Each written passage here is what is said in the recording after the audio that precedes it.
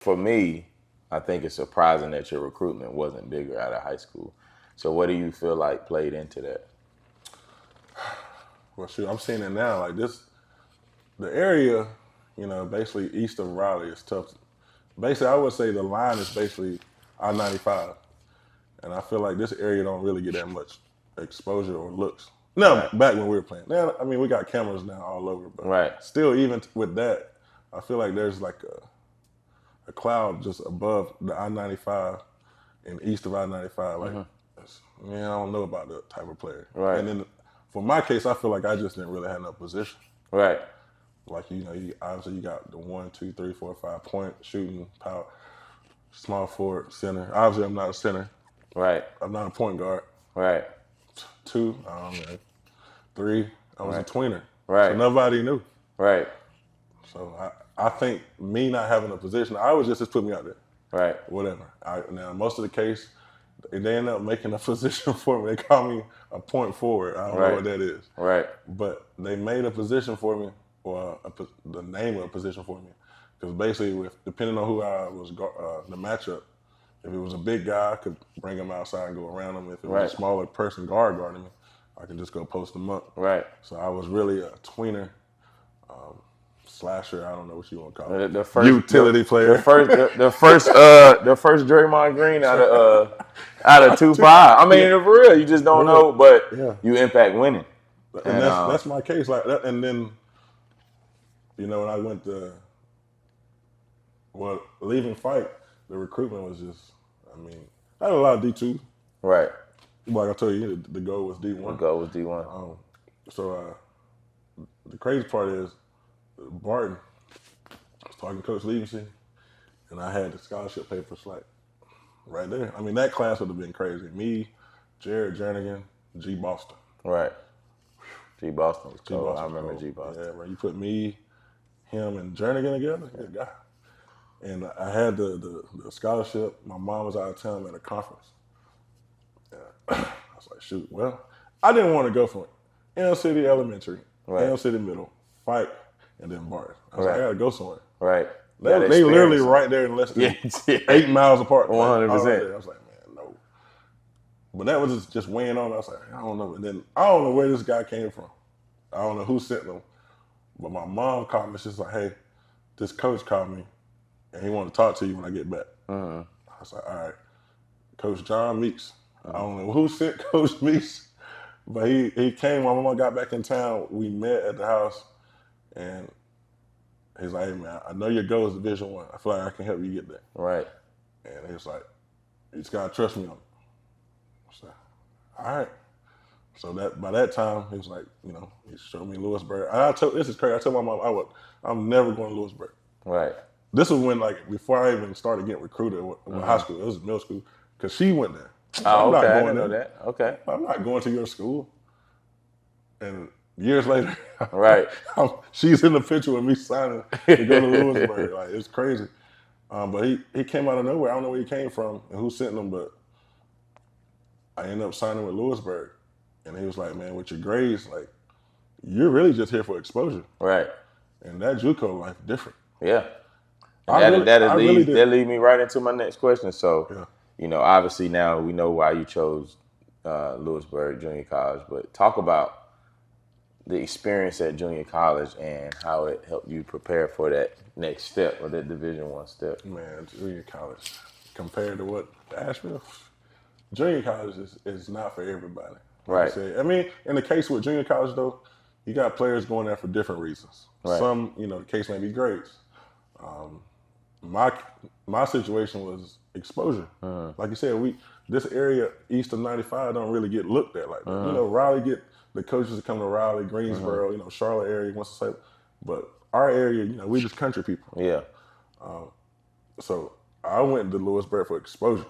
So basically all I had to do was just hoop. Right. I was hoping to do all this in 1 year. But again, I kept getting we don't know your position. Right. And Coach Meeks kept getting, hey, Coach, we don't know his position, Coach, and we don't know where to put him at. And the assistant coaches will like me, but then the head coach will be like, we won't know where to put him. Right. On the floor is where you put him. So then Coach Meeks, my freshman year, I had a good season. I had some good sophomores in front of me. And then I stayed another year. I didn't get the looks I wanted. Still had D2s now. Them D2s didn't go nowhere. They is loyal. Like loyal. Coach Vander, he came in for the second year. I don't know who sent him either. Right. But like it was just like everything just kept falling into place for him. Right. And the system he ran is almost like some of the offense that Coach Salt runs right now. I'm like, we ran this. Like this what got me to the next level. And then y'all act like y'all want to run through it half speed. Like if you run this, you can get some looks. So he came out of nowhere, Coach Vander, and dude, that sophomore year. But I was locked in. We had football, other sports there. But me, like a lot of guys like to go out and party. I didn't do none of that. Right. I literally was just like this tunnel vision. Right. My roommate, you had to get to where you I even kind of got my roommate to start acting right. Right. I'm like, dude, like we are here for one reason. We're trying to get out of here. Right. Like they can sit, party all they want to. They're gonna be stuck at Lewisburg or back home. Right. I'm trying to get out of here. Right. And dude, I literally had tunnel vision for 2 years at Lewisburg. You barely saw me out. Right. When Friday hit before the season, I was back home. Right. Washing clothes. I came back, and then when the season, it was just I was hooping, school hooping, and then I took some visits at the end of my sophomore year. Charleston Southern, which is funny. The coach at UNC Asheville now, Mike Morrell, was on that staff, and then he kind of took another job. I'm still gonna put him in it. They gave me kind of a little runaround. Right. He said we got to watch more film on you. Right. What much film you want to watch? Right. So on the way back from Charleston Southern, Coach Slice, we talked, and he was like, "How did it go?" I was like, "Man, me and my dad down here, they talking. Said they want to watch more film." I'm like, "I don't know how much you want to look. It ain't gonna change." Right. And he said, "Well, I got some good news for you. I got UNC Asheville and Radford. They want you to come on and visit." I said, "All right." So me and my dad took Charleston Southern. So me and my mom went down to Asheville. I didn't even make it to Radford. Right. It just you knew. Yeah, like it's just it's you know when you know. I took one visit at Drake. It was like the players they had went to the tournament before I got there. And the only player that they really was missing from that team was John Williams, who could jump over this building. I was like, I can do that. Right. I can tell you it's about feel right in, like nothing happened. And the two guards, J.P. Prim and Matt Dickey, and plus my homeboy to this day, Jerron Lane. I was like, oh, they're like my brothers. Like my visit, I feel like I was just at home. Right. And so on the way back, it's like, Coach Slice.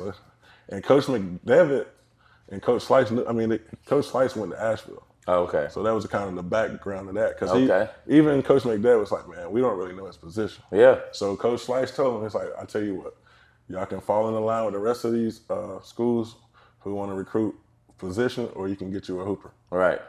And shoot, I didn't start 3 games at Asheville. Right. My first 3 games. The rest of it was history. Right. Jerron had got hurt, and I kind of filled in for him. And then when he was healthy, we were still going. And like, well, shit, we could just bring Jerron off the bench. Sorry, Jerron, but hey, we're still boys. But I mean, it wasn't my decision. It was the coaching staff. Right. I just felt Jerron would be more of a benefit to the team just coming off the bench. Right. Offensive power. Like I said, I've always been that player that did all the dirty work. Right. So that's why I felt like NC State was probably the team that gave me the most runaround. Right. So when we played them at Asheville, oh yeah. Yeah. You can look that stat line up.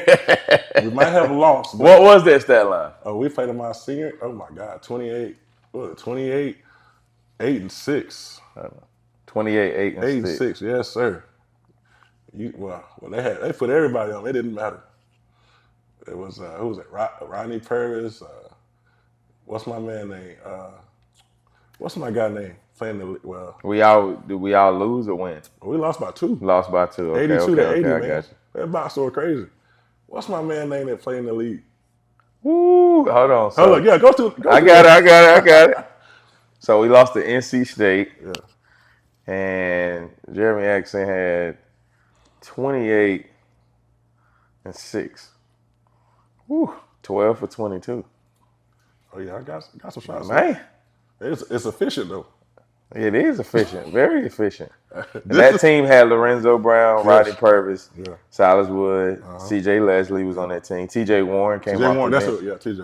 Tyler Lewis was on that team. Yeah, so that was tough. Like I'm like, dang, I couldn't play with y'all. All right, I tell you what. Right. But that's another chip. Yeah. I didn't never say nothing out loud. I just all right. You used it as motivation. Yeah, it's always been motivation.